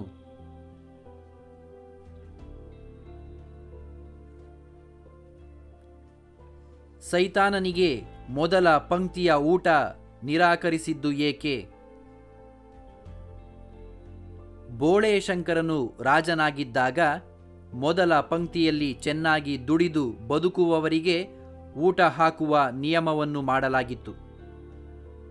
ಸೈತಾನನ ಅಂಗೈಯನ್ನು ನೋಡಿದಾಗ ಅದು ದುಡಿದಿರುವ ಕೈ ಎನಿಸಲಿಲ್ಲ.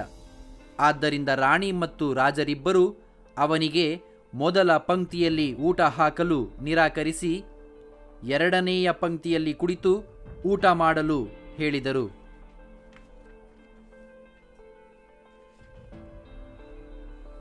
ಬೋಳೆ ಶಂಕರ ಏನೆಂದು ಡಂಗುರ ಸಾರಿಸುತ್ತಾನೆ? ಸೈತಾನನು ಮನುಷ್ಯ ವೇಷಧಾರಿಯಾಗಿ ಬಂದು ಬೋಳೆ ಶಂಕರ ಹಾಗೂ ಅವನ ರಾಜ್ಯದ ಜನರಿಗೆ ತಲೆಯಿಂದ ಹೇಗೆ ಕೆಲಸ ಮಾಡುವುದೆಂಬುದನ್ನು ಹೇಳಿಕೊಡುವುದಾಗಿ ತಿಳಿಸಿದಾಗ ಬೋಳೆ ಶಂಕರನು ಡಂಗೂರ ಸಾರುವವರನ್ನು ಕರೆಸಿ, ನಮ್ಮ ರಾಜ್ಯಕ್ಕೊಬ್ಬ ದೊಡ್ಡ ಮನುಷ್ಯ ಬಂದಿದ್ದಾನೆ. ತಲೆಯಿಂದ ಕೆಲಸ ಮಾಡೋದನ್ನು ಕಲಿಸಿಕೊಡ್ತಾನೆ. ಜನ ಎಲ್ಲರೂ ಊರಾಚೆ ಎತ್ತರವಾದ ಗೋಪುರ ಇದೆಯಲ್ಲ, ಅಲ್ಲಿ ಸೇರಬೇಕು ಎಂದು ಡಂಗುರ ಸಾರಿಸಿದನು.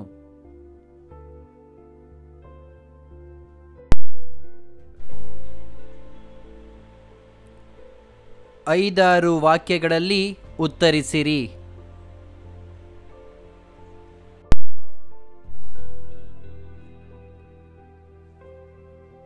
ಬೋಳೆ ಶಂಕರ ಮತ್ತು ಅವನ ಅಣ್ಣಂದಿರನ್ನು ಭಾಗವತರು ಹೇಗೆ ಪರಿಚಯಿಸುತ್ತಾರೆ? ನಾಟಕಗಳಲ್ಲಿ ಭಾಗವತರು ನಿರ್ದೇಶಕರಂತೆ ಕೆಲಸ ಮಾಡುತ್ತಾರೆ. ನಾಟಕದ ಆರಂಭದಲ್ಲಿ ನಾಟಕದ ಕಥಾವಸ್ತು ಪಾತ್ರಗಳ ಪರಿಚಯವನ್ನು ನಾಟಕೀಯವಾಗಿ ಮಾಡಿಕೊಡುವುದು ಭಾಗವತರ ಕರ್ತವ್ಯ. ಈ ಬೋಳೆ ಶಂಕರ ನಾಟಕದಲ್ಲಿ ಭಾಗವತರು ಕೋಡಂಗಿಯನ್ನು ಮುಂದೆ ನಡೆಯಲಿರುವ ನಾಟಕದ ಕಥೆಯನ್ನು ಹೇಳು ಎಂದು ಕೇಳಿಕೊಳ್ಳುವುದರ ಮೂಲಕ ಬೋಳೆ ಶಂಕರ ಹಾಗೂ ಅವನ ಅಣ್ಣಂದಿರನ್ನು ಪರಿಚಯ ಮಾಡಿಕೊಡುವುದಕ್ಕೆ ಚಾಲನೆ ನೀಡುತ್ತಾರೆ. ಕೋಡಂಗಿಯು ತಾನು ಬೋಳೆ ಶಂಕರನ ಬಳಿ ಕೆಲಸದಲ್ಲಿದ್ದೇನೆ, ಅದಕ್ಕಾಗಿ ಅವನು ಕೊಡುವ ಸಂಬಳ ದಿನಕ್ಕೆ ಕೆನ್ನೆ ಮೇಲೆ 10 ಏಟು ಎಂದು ಹೇಳುವುದರ ಮೂಲಕ ಹಣಕ್ಕೂ ಬೋಳೆ ಶಂಕರನಿಗೂ ದೂರ ದೂರ ಎಂಬುದನ್ನು ಮನವರಿಕೆ ಮಾಡಿಕೊಡುತ್ತಾನೆ. ಭಾಗವತರು ಕೋಡಂಗಿಯೊಡನೆ ಸಂಭಾಷಣೆಯನ್ನು ಬೆಳೆಸುವುದರ ಮೂಲಕ ಬೋಳೇಶಂಕರ ಹಾಗೂ ಅವನ ಅಣ್ಣಂದಿರ ಪರಿಚಯವನ್ನು ಮಾಡುತ್ತಾರೆ.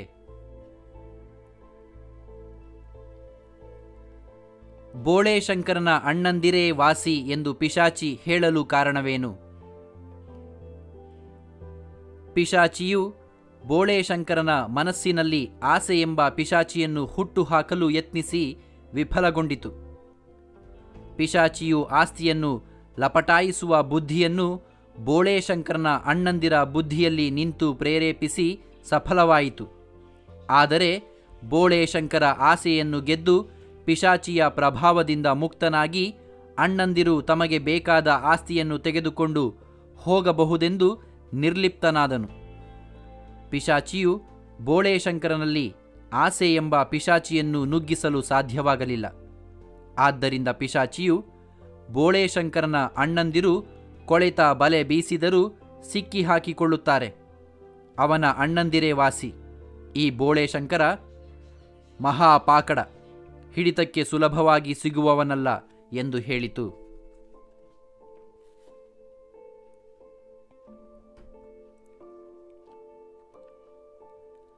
ಬೋಳೇಶಂಕರನ ನಾಣ್ಯ ಹಾಗೂ ಸೈನಿಕರನ್ನು ಪಡೆದ ಪ್ರಸಂಗವನ್ನು ವಿವರಿಸಿ. ರಾಜಕುಮಾರಿಯು ಹೊಟ್ಟೆ ನೋವನ್ನು ವಾಸಿಪಡಿಸಿದವರಿಗೆ ರಾಜ್ಯವಿತ್ತು ರಾಜಕುಮಾರಿಯನ್ನು ಮದುವೆ ಮಾಡಿಕೊಡುವುದಾಗಿ ರಾಜ ಡಂಗೂರ ಹೊಡೆಸಿದನು. ಇದನ್ನು ಕೇಳಿ ಬೋಳೇಶಂಕರ ಕೋಡಂಗಿಯೊಡನೆ ಅರಮನೆಗೆ ಹೋಗಿ ರಾಜಕುಮಾರಿಗೆ ತನ್ನಲ್ಲಿದ್ದ ಬೇರನ್ನು ಕೊಟ್ಟು ಅದನ್ನು ಚೆನ್ನಾಗಿ ಅಗಿದು ನುಂಗಬೇಕೆಂದು ಹೇಳಿ, ಶಿವ ನಿನಗೆ ಒಳ್ಳೆಯದನ್ನು ಮಾಡಲಿ ಎಂದನು. ರಾಜಕುಮಾರಿಗೆ ಹೊಟ್ಟೆ ನೋವನ್ನುಂಟು ಮಾಡಿದ ಪಿಶಾಚಿ ಶಿವ ಎಂಬ ಶಬ್ದ ಕೇಳಿ ರಾಜಕುಮಾರಿಯ ಹಾಸಿಗೆಯ ಕೆಳಗೆ ಅವಿತಿರಲಾರದೆ ಹೊರಗೆ ಬಂದಿತು. ಆಗ ಬೋಳೇಶಂಕರ ಪಿಶಾಚಿಗೆ ಹೊಡೆಯಲು ಹೋದನು. ಪಿಶಾಚಿಯು ಬೋಳೇಶಂಕರನಿಗೆ ಸಹಾಯ ಮಾಡುವುದಾಗಿ ಹೇಳಿ ಏಟುಗಳಿಂದ ತಪ್ಪಿಸಿಕೊಂಡಿತು. ಹುಲ್ಲಿನ ಹೊರೆಯನ್ನು ತರಿಸಿ ತಾನು ಹೇಳುವ ಮಂತ್ರವನ್ನು ಹೇಳಿದರೆ ಒಂದೊಂದು ಹುಲ್ಲು ಒಂದೊಂದು ಸಿಪಾಯಿ ಆಗುತ್ತದೆ. ಧಾನ್ಯವನ್ನು ತರಿಸಿ ಮತ್ತೊಂದು ಮಂತ್ರವನ್ನು ಹೇಳಿದರೆ ಧಾನ್ಯವೆಲ್ಲ ಚಿನ್ನದ ನಾಣ್ಯವಾಗುತ್ತದೆ ಎಂದು ಹೇಳಿ ಆ ಶಕ್ತಿಯನ್ನು ಪಿಶಾಚಿಯು ಬೋಳೇಶಂಕರನಿಗೆ ಕೊಟ್ಟಿತು. ಆದರೂ ಕೋಡಂಗಿ ಒಂದೇ ಸಮನೆ ಶಿವನ ಹೆಸರು ಹೇಳಿದಾಗ ಆ ಪಿಶಾಚಿ ಸತ್ತೇ ಹೋಯಿತು.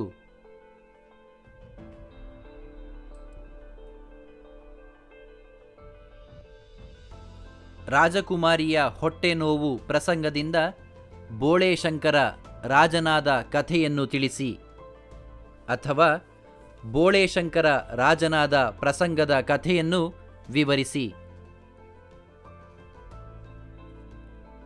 ರಾಜಕುಮಾರಿಗೆ ಹೊಟ್ಟೆ ನೋವಿನ ರೋಗ ಉಂಟಾದುದು ಪಿಶಾಚಿಯ ತಂತ್ರದಿಂದ. ಆದ್ದರಿಂದ ಊರಿನ ಯಾವ ವೈದ್ಯರೂ ಅವಳ ಹೊಟ್ಟೆ ನೋವನ್ನು ವಾಸಿ ಮಾಡಲಾಗಲಿಲ್ಲ. ಆಗ ರಾಜನು ಮಗಳ ಹೊಟ್ಟೆ ನೋವನ್ನು ವಾಸಿ ಮಾಡಿದವರಿಗೆ ಸಂಪೂರ್ಣ ರಾಜ್ಯದೊಂದಿಗೆ ಮಗಳನ್ನು ಕೊಟ್ಟು ಮದುವೆ ಮಾಡುವುದಾಗಿ ಡಂಗೂರ ಹೊಡೆಸಿದನು. ಆಗ ಬೋಳೇಶಂಕರ ತನ್ನಲ್ಲಿದ್ದ ಬೇರಿನಿಂದ ರೋಗವನ್ನು ವಾಸಿಪಡಿಸಲು ಅರಮನೆಗೆ ಬಂದನು. ಬೇರನ್ನು ರಾಜಕುಮಾರಿಗೆ ಕೊಟ್ಟು ಅದನ್ನು ಜಗಿದು ತಿನ್ನಬೇಕು, ಶಿವ ನಿನಗೆ ಒಳ್ಳೆಯದನ್ನು ಮಾಡಲಿ ಎಂದನು. ರಾಜಕುಮಾರಿ ಬೇರನ್ನು ತಿಂದಳು. ಅವಳ ಹೊಟ್ಟೆ ನೋವು ಪರಿಹಾರವಾಯಿತು. ಜೊತೆಗೆ ಶಿವನ ಹೆಸರನ್ನು ಕೇಳಿದಾಕ್ಷಣ ರಾಜಕುಮಾರಿಯ ಹಾಸಿಗೆಯ ಕೆಳಗೆ ಅವಿತಿದ್ದ ಪಿಶಾಚಿ ಹೊರಗೆ ಬಂದಿತು. ಬೋಳೇಶಂಕರ ಪಿಶಾಚಿಗೆ ಹೊಡೆದು ಬಡಿದನು. ಕೋಡಂಗಿ ಜಯ ಜಯ ಶಂಕರ ಬೋಳೇಶಂಕರ ಶಿವ ಶಿವ ಎಂದನು. ಆಗ ಆ ಪಿಶಾಚಿಯು ಪ್ರಾಣ ಬಿಟ್ಟಿತು. ಬೋಳೇಶಂಕರ ಮನೆಗೆ ಹಿಂದಿರುಗಿದನು.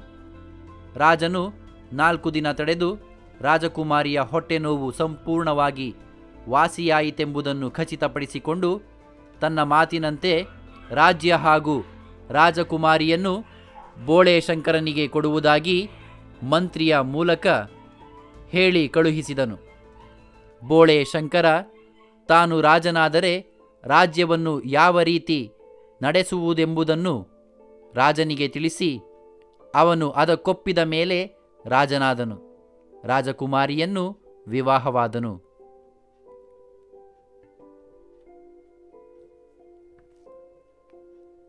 ತನ್ನ ಕನಸನ್ನು ಕುರಿತು ಬೋಳೇಶಂಕರ ಮಂತ್ರಿಗೆ ಹೇಳಿದ್ದೇನು? ಬೋಳೇಶಂಕರನು ಬೇರಿನ ಸಹಾಯದಿಂದ ರಾಜಕುಮಾರಿಗೆ ಹೊಟ್ಟೆ ನೋವನ್ನು ವಾಸಿಪಡಿಸಿದ ಮೇಲೆ ರಾಜನು ತಾನಿತ್ತ ವಚನದಂತೆ ಬೋಳೇಶಂಕರನಿಗೆ ರಾಜ್ಯ ಹಾಗೂ ರಾಜಕುಮಾರಿಯನ್ನು ಕೊಡುವುದಾಗಿ ಮಂತ್ರಿಯ ಮೂಲಕ ಹೇಳಿ ಕಳುಹಿಸಿದನು. ಮಂತ್ರಿಯು ಬೋಳೇಶಂಕರನ ಬಳಿ ಬಂದು ರಾಜ್ಯ ಅಧಿಕಾರವನ್ನು ಸ್ವೀಕರಿಸಬೇಕೆಂದಾಗ ತಾನು ರಾಜನಾದರೆ ರಾಜ್ಯ ಹೇಗಿಡಬೇಕೆಂಬ ವಿಚಾರದಲ್ಲಿ ತನ್ನದೇ ಆದ ವಿಲಕ್ಷಣವಾದ ಆಲೋಚನೆ ಇದೆ. ಅದಕ್ಕೆ ಒಪ್ಪಿಗೆ ಇದ್ದರೆ ಮಾತ್ರ ರಾಜ್ಯ ಅಧಿಕಾರವನ್ನು ಸ್ವೀಕರಿಸುತ್ತೇನೆ. ತನ್ನ ರಾಜ್ಯದಲ್ಲಿ ಸೈನ್ಯವಿರುವುದಿಲ್ಲ, ತೆರಿಗೆಗಳು ಇರುವುದಿಲ್ಲ, ನಾಣ್ಯಗಳು ಇರುವುದಿಲ್ಲ. ರಾಜ ರಾಣಿಯರಿಂದ ಹಿಡಿದು ಎಲ್ಲರೂ ಪ್ರತಿಯೊಬ್ಬರೂ ದುಡಿಯಬೇಕು. ಎಲ್ಲರೂ ಹೊಟ್ಟೆ ತುಂಬ ಊಟ ಮಾಡಬೇಕು. ಸೋಂಬೇರಿಗಳಿಗೆ ರಾಜ್ಯದಲ್ಲಿ ಇರಲು ಅವಕಾಶವಿರುವುದಿಲ್ಲ. ಇಂತಹ ರಾಜ್ಯವನ್ನು ಕಟ್ಟುವ ಆಸೆ ಇದೆ ಎಂದು ಹೇಳಿದನು.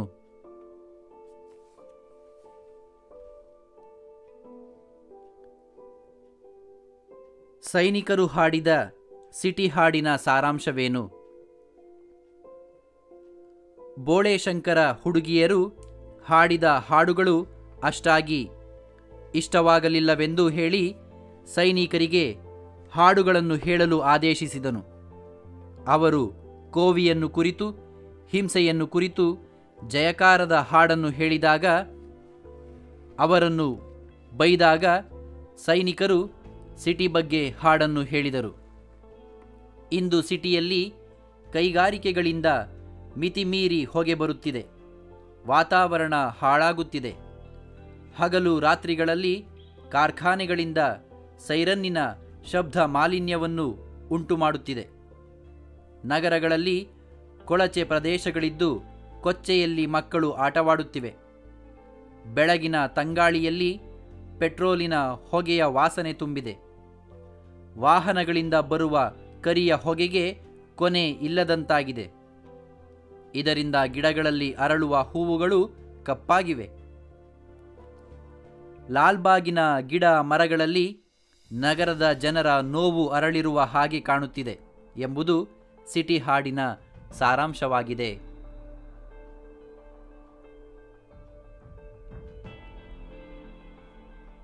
ಸೈತಾನನು ತನ್ನ ಪರಿಚಯ ಮಾಡಿಕೊಂಡ ಬಗೆ ಹಾಗೂ ಬಂದಂತಹ ಕಾರಣವನ್ನು ತಿಳಿಸಿ.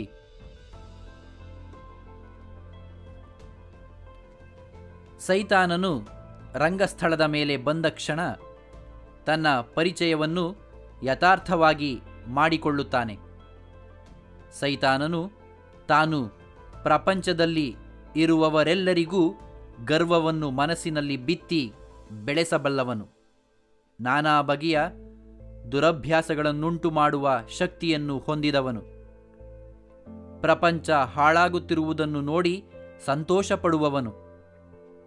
ಮಾನವರನ್ನು ಸುಳ್ಳಿನಲ್ಲಿ ಅದ್ದಿ ತೆಗೆಯಬಲ್ಲವನು. ಮಾನವರ ನಾಶದಿಂದಲೇ ಸಂತೋಷ ಪಡುವವನು ಹಾಗೂ ಅದನ್ನೇ ಉದ್ಯೋಗವನ್ನಾಗಿಟ್ಟುಕೊಂಡಿರುವವನು. 28 ನರಕಗಳ ಅಧಿಪತಿಯಾಗಿರುವವನು ಎಂದು ಪರಿಚಯಿಸಿಕೊಳ್ಳುತ್ತಾನೆ. ಈ ಸೈತಾನನು 3 ಪಿಶಾಚಿಗಳನ್ನು ಭೂಲೋಕಕ್ಕೆ ಕಳುಹಿಸಿ ಬೋಳೇಶಂಕರ ಹಾಗೂ ಅವನ ಸೋದರರಲ್ಲಿ ಕಲಹವನ್ನು ಹುಟ್ಟಿಸಿ ಅವರೆಲ್ಲರನ್ನು ನಾಶ ಮಾಡಿ ಬನ್ನಿರೆಂದು ಕಳುಹಿಸಿದನು. ಆದರೆ ಅವರು ಆ ಕಾರ್ಯ ಮಾಡುವುದರಲ್ಲಿ ವಿಫಲರಾದರು. ಆದ್ದರಿಂದ ಸ್ವತಃ ತಾನೇ ಬಂದು ಬೋಳೇಶಂಕರನನ್ನು ನಾಶ ಮಾಡಲು ಭೂಲೋಕಕ್ಕೆ ಬಂದಿರುವುದಾಗಿ ಹೇಳಿರುವನು.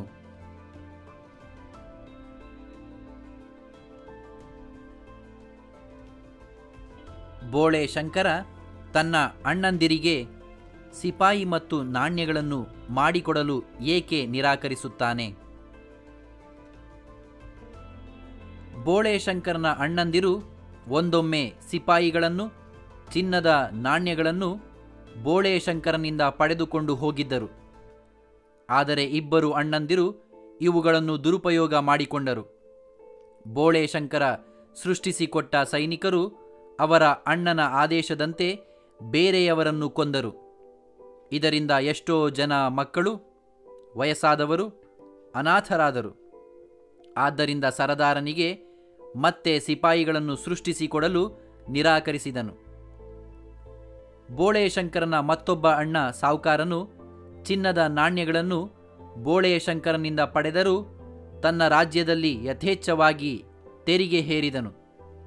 ಜನ ತೆರಿಗೆಯನ್ನು ಕೊಡಲಾರದೆ ಹಸು ಕರುಗಳನ್ನು ಮಾರಾಟ ಮಾಡಿ ತೆರಿಗೆ ಕಟ್ಟಿ ಅವನ ರಾಜ್ಯದಲ್ಲಿ ಬದುಕಲಾರದೆ ಬೋಳೆ ಶಂಕರನ ರಾಜ್ಯಕ್ಕೆ ಪ್ರತಿನಿತ್ಯ ವಲಸೆ ಬರಲಾರಂಭಿಸಿದರು. ಆದ್ದರಿಂದ ಸಾವುಕಾರನಿಗೆ ಚಿನ್ನದ ನಾಣ್ಯಗಳನ್ನು ಮಾಡಿಕೊಡಲು ಬೋಳೆ ಶಂಕರ ನಿರಾಕರಿಸಿದನು.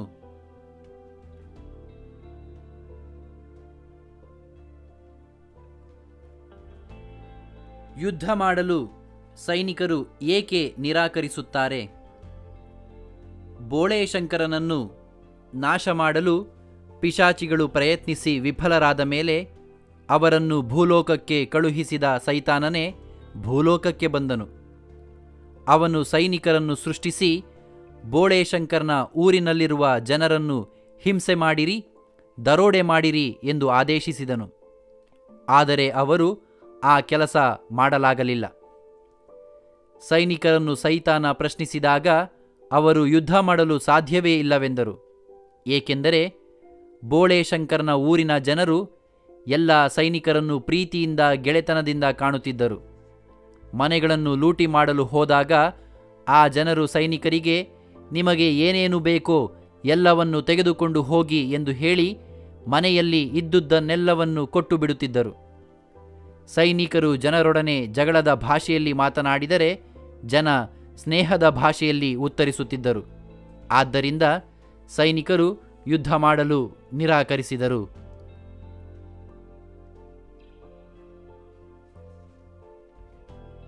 ಸೈನಿಕರು ಏನೇನನ್ನು ನಾಶ ಮಾಡಿದರು ಎಂದು ಶಿವಾಪುರದ ಜನರು ಹೇಳುತ್ತಾರೆ. ಸೈತಾನನಿಂದ ಪ್ರೇರಿತಗೊಂಡು ಸೈನಿಕರು ಶಿವಾಪುರದ ಜನರನ್ನು ನಾನಾ ರೀತಿಯಲ್ಲಿ ಹಿಂಸಿಸಿದರು. ಯಾವ ತಪ್ಪುಗಳನ್ನು ಮಾಡದ ಮುಗ್ಧ ಜನರ ಮನೆಗೆ ಬೆಂಕಿ ಹಾಕಿ ಮನೆಗಳನ್ನು ಸುಟ್ಟು ಹಾಕಿದರು. ಮನೆಗೆ ಲೂಟಿ ಮಾಡಲು ನುಗ್ಗಿದ ಸೈನಿಕರಿಗೆ ಏನೇನು ಬೇಕೋ ಎಲ್ಲವನ್ನು ತೆಗೆದುಕೊಂಡು ಹೋಗಿರೆಂದು ಹೇಳಿದರೂ ಮನೆಯನ್ನು ಧ್ವಂಸ ಮಾಡಿ ದನಕರುಗಳನ್ನು ಕತ್ತರಿಸಿ ಹಾಕಿದರು. ತೋಟಗಳಿಗೆ ಸೈನಿಕರು ನುಗ್ಗಿದಾಗ ಜನರು ಎಷ್ಟು ಬೇಕೋ ಅಷ್ಟು ಎಳನೀರನ್ನು ಕುಡಿಯಿರೆಂದಾಗ ಚೆನ್ನಾಗಿ ಎಳನೀರನ್ನು ಕುಡಿದು ತೆಂಗಿನ ಮರಗಳನ್ನು ಕತ್ತರಿಸಿ ಹಾಕಿದರು. ಹಸಿರಾದ ಗದ್ದೆಗೆ ಬೆಂಕಿ ಹಾಕಿ ಬೆಳೆಯನ್ನು ನಾಶ ಮಾಡಿದರು. ಸೈನಿಕರನ್ನು ಕುರಿತು ನಾವೇನು ಮಾಡಿದರೆ ನಿಮಗೆ ಸಮಾಧಾನವಾಗುತ್ತದೆ ಎಂದು ಜನ ಪ್ರಶ್ನಿಸಿದಾಗ ಗೊತ್ತಿಲ್ಲ ಎಂದು ಹೇಳಿ ಅದೇ ಕಾಯಕವನ್ನು ಮುಂದುವರಿಸಿದರೆಂದು ಶಿವಾಪುರದ ಜನರು ಸೈನಿಕರ ನಾಶ ಕಾರ್ಯಕ್ರಮವನ್ನು ವಿವರಿಸಿದರು.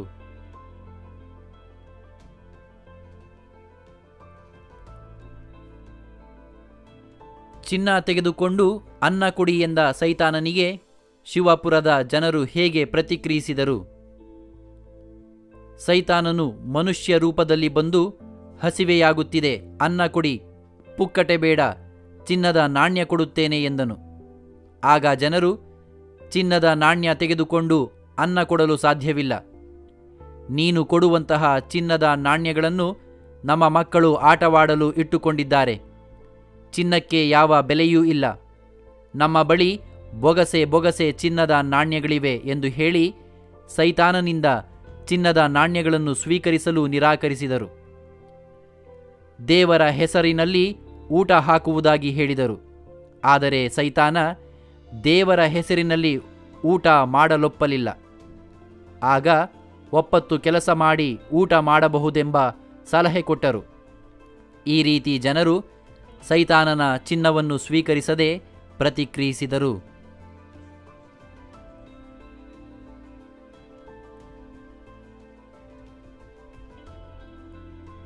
ತಲೆಯಿಂದ ಕೆಲಸ ಮಾಡಬೇಕೆಂಬ ಸೈತಾನನ ಭಾಷಣದ ಸ್ವಾರಸ್ಯವನ್ನು ವಿವರಿಸಿ.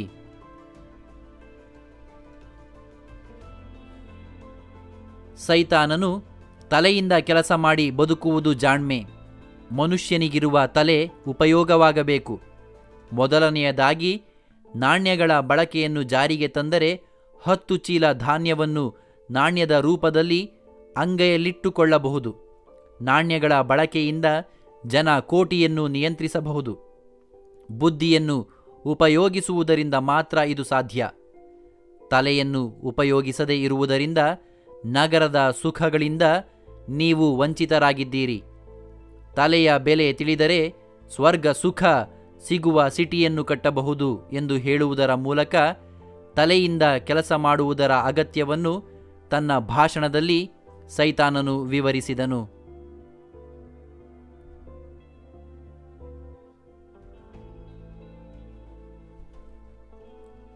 ಶ್ರಮಜೀವನ ಹಾಗೂ ಸರಳ ಬದುಕನ್ನು ರೂಢಿಸಿಕೊಂಡವರಿಗೆ ಪಿಶಾಚಿಗಳು ಏನೂ ಮಾಡಲಾರವು ಎಂಬುದು ನಾಟಕದಲ್ಲಿ ಹೇಗೆ ಮೂಡಿಬಂದಿದೆ?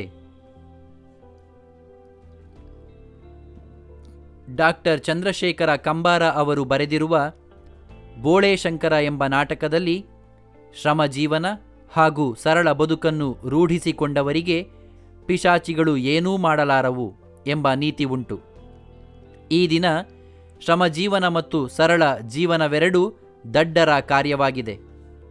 ಶ್ರಮವಿಲ್ಲದೆ ಅತ್ಯಧಿಕ ಹಣವನ್ನು ಸಂಪಾದಿಸಿ ಅತ್ಯಂತ ವೈಭವದ ಜೀವನ ಮಾಡುವುದೇ ಆದರ್ಶವೆಂದು ತುಂಬ ಜನ ತಿಳಿದಿದ್ದಾರೆ.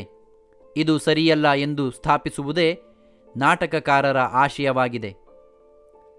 ಪಿಶಾಚಿಗಳು ಬೋಳೇಶಂಕರನ ಮೇಲೆ ಯಾವ ಪ್ರಭಾವವನ್ನು ಬೀರಲಾಗಲಿಲ್ಲ. ಆದರೆ ಅವನ ಅಣ್ಣಂದಿರು ಧನಪಿಶಾಚಿಗಳಾಗುವ ಹಾಗೆ ಮಾಡಿದವು.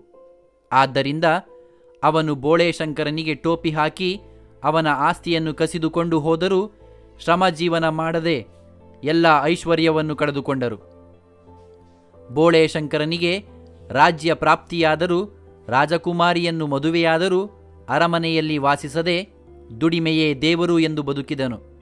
ಆದ್ದರಿಂದ ಅವನು 3 ಪಿಶಾಚಿಗಳನ್ನು ಹಾಗೂ ಸೈತಾನನನ್ನು ನಾಶಪಡಿಸಲು ಸಾಧ್ಯವಾಯಿತು. ಬೋಳೇಶಂಕರ ದುಡಿಯದ ಜನರಿಗೆ ಮೊದಲ ಪಂಕ್ತಿಯಲ್ಲಿ ಊಟ ಹಾಕುತ್ತಿರಲಿಲ್ಲ. ಊಟ ಹಾಕಲು ಹಣವನ್ನು ಸ್ವೀಕರಿಸುತ್ತಿರಲಿಲ್ಲ. ಆದ್ದರಿಂದಲೇ ಸೈತಾನನ ನಿಜವಾದ ಬಣ್ಣ ಅರಿವಾಗಲು ಸಾಧ್ಯವಾಯಿತು. ಮೊದಲ ಪಿಶಾಚಿ ಆಸೆಯನ್ನು ಬೋಳೇಶಂಕರನ ಸೋದರರಲ್ಲಿ ಹುಟ್ಟು ಹಾಕಿತು. ಬೋಳೇಶಂಕರ ಆಸೆಗೆ ಒಳಗಾಗಲಿಲ್ಲ. ಆದ್ದರಿಂದ ಆಸ್ತಿಯನ್ನು ತೆಗೆದುಕೊಂಡವರು ದುಡಿಯದೆ ಎಲ್ಲವನ್ನು ಕಳೆದುಕೊಂಡು ಬಡವರಾದರು. ಆಸ್ತಿ ಇಲ್ಲದ ಬೋಳೇಶಂಕರ ದುಡಿದು ನಿರಾಶ್ರಿತರಾದ ಸೋದರರಿಗೆ ಆಶ್ರಯ ನೀಡಿದನು. ಎರಡನೆಯ ಪಿಶಾಚಿಯು ಬೋಳೇಶಂಕರನಿಗೆ ಹೊಟ್ಟೆ ನೋವು ಬರಿಸಿದರೂ ಅದೇ ಪಿಶಾಚಿಯಿಂದ ಬೇರನ್ನು ಪಡೆದು ಹೊಟ್ಟೆ ನೋವನ್ನು ನಿವಾರಿಸಿಕೊಂಡು ಆ ಬೇರಿನಿಂದ ರಾಜಕುಮಾರಿಯ ಹೊಟ್ಟೆ ನೋವನ್ನು ವಾಸಿಪಡಿಸಿದರೂ ರಾಜ್ಯಾಧಿಕಾರ, ಐಶ್ವರ್ಯ, ಸುಖ ಲೋಲುಪತೆಗೆ ಒಳಗಾಗದಿದ್ದುದರಿಂದ ಅವನು ಪ್ರಜಾನುರಾಗವನ್ನು ಪಡೆದವನಲ್ಲದೆ ಸೈತಾನನನ್ನು ನಾಶಪಡಿಸಲು ಸಾಧ್ಯವಾಯಿತು.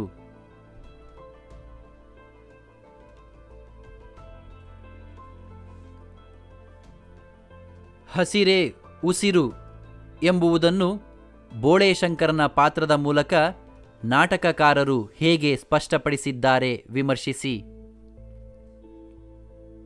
ಡಾಕ್ಟರ್ ಚಂದ್ರಶೇಖರ ಕಂಬಾರ ಅವರು ಬರೆದಿರುವ ಬೋಳೇಶಂಕರ ಎಂಬ ನಾಟಕದ ನಾಯಕನೇ ಬೋಳೇಶಂಕರ. ಪ್ರತಿನಾಯಕ ಸೈತಾನ. ಸೈತಾನನು ಬೋಳೇಶಂಕರನನ್ನು ಸರ್ವ ರೀತಿಗಳಲ್ಲಿ ನಾಶಪಡಿಸಲು ಯತ್ನಿಸಿ ವಿಫಲನಾಗುತ್ತಾನೆ. ಇದಕ್ಕೆ ಕಾರಣ ಬೋಳೇಶಂಕರನ ಸರಳ ಜೀವನ, ಆಸೆಗೊಳಗಾಗದಿರುವ ಸ್ವಭಾವ, ರಾಜನಾದರೂ ದುಡಿದೇ ಬದುಕಬೇಕೆಂಬ ಛಲ ಇತ್ಯಾದಿ ಆದರ್ಶ ಗುಣಗಳನ್ನು ಅವನು ಹೊಂದಿದ್ದನು. ಬೋಳೇಶಂಕರ ಪ್ರಕೃತಿಯನ್ನು ತುಂಬ ಪ್ರೀತಿಸುತ್ತಿದ್ದನು. ಹಸಿರೇ ಉಸಿರು ಎಂಬುದು ಅವನ ಜೀವನದ ತತ್ವವಾಗಿತ್ತು. ಬೋಳೇಶಂಕರನ ಸೋದರರು ಆಸ್ತಿ ಮತ್ತು ಹಣವನ್ನು ಲಪಟಾಯಿಸಿದ ಮೇಲೆ ಹೇಗೋ ಕೃಷಿ ಭೂಮಿಯಲ್ಲಿ ದುಡಿದು ಹೊಟ್ಟೆ ತುಂಬಿಸಿಕೊಂಡರಾಯಿತು ಎಂದುಕೊಂಡು ಸುತ್ತಲಿನ ಹಸಿರನ್ನು ನೋಡಿ ಸಂತೋಷಪಡುತ್ತಿದ್ದನು. ಅತ್ತಿಗೆಯರು ಬೋಳೇಶಂಕರನಿಗೆ ಮನೆಯೊಳಗೆ ಕೂಡಿಸಿ ಊಟ ಹಾಕುವುದಿಲ್ಲ, ದನದ ಕೊಟ್ಟಿಗೆಯಲ್ಲಿ ಊಟ ಮಾಡು ಎಂದಾಗ ಅವನು ಬುತ್ತಿಯನ್ನು ಕಟ್ಟಿಕೊಂಡು ಹೊಲಕ್ಕೆ ಹೋಗಿ ಹಸಿರನ್ನು ನೋಡುತ್ತಾ ಊಟ ಮಾಡಿ ಸಂತೋಷವಾಗಿದ್ದನು. ಹಸಿರು ಎಂಬುದು ಪ್ರಕೃತಿಯ ಸಂಕೇತ, ಗ್ರಾಮೀಣ ಸಂಸ್ಕೃತಿಯ ಸೊಗಡು. ಶ್ರಮಜೀವನ ಹಸಿರಿನ ರಕ್ಷಣೆಗೆ ಅಗತ್ಯ. ಶ್ರಮ ಜೀವನವನ್ನು ಮೈಗೂಡಿಸಿಕೊಳ್ಳದೆ 2 ಸೇರಿ 5, 7, 8 ಮಾಡುವ ಪ್ರವೃತ್ತಿ ನಗರ ಸಂಸ್ಕೃತಿಯದು. ಇದಕ್ಕೆ ವಿರೋಧಿಯಾಗಿದ್ದವನು ಬೋಳೇಶಂಕರ. ಸರಳ ಬದುಕು, ಅಧಿಕಾರ ವಿಮುಖತೆ, ಶ್ರಮಜೀವನ, ಕೃಷಿ, ಪ್ರೀತಿ, ದುಡಿದವರಿಗೆ ಮೊದಲ ಊಟ ಇತ್ಯಾದಿ ಅಂಶಗಳು ಬೋಳೇಶಂಕರನಲ್ಲಿ ಸಹಜ ಮೌಲ್ಯವೆನಿಸಿಕೊಂಡಿದ್ದವು. ಆದ್ದರಿಂದ ಹಸಿರೇ ಉಸಿರು ಎಂಬುದನ್ನು ಬೋಳೇಶಂಕರನ ಪಾತ್ರದಲ್ಲಿ ಚೆನ್ನಾಗಿ ಗುರುತಿಸಬಹುದು.